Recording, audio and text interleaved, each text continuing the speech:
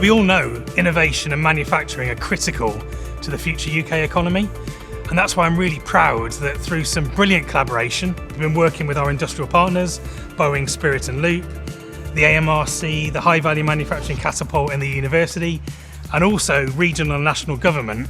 Together we've been able to secure this incredible automated composites facility here in the UK. R&D is an investment in the future, and this programme is going to help develop new manufacturing processes around lightweighting and around decarbonising.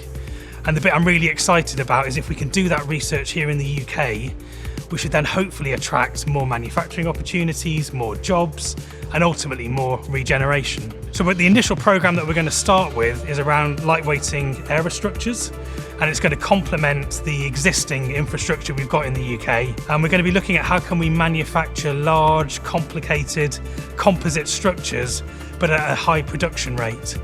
And that technology is really, really important if we're going to be able to fly sustainably in the future.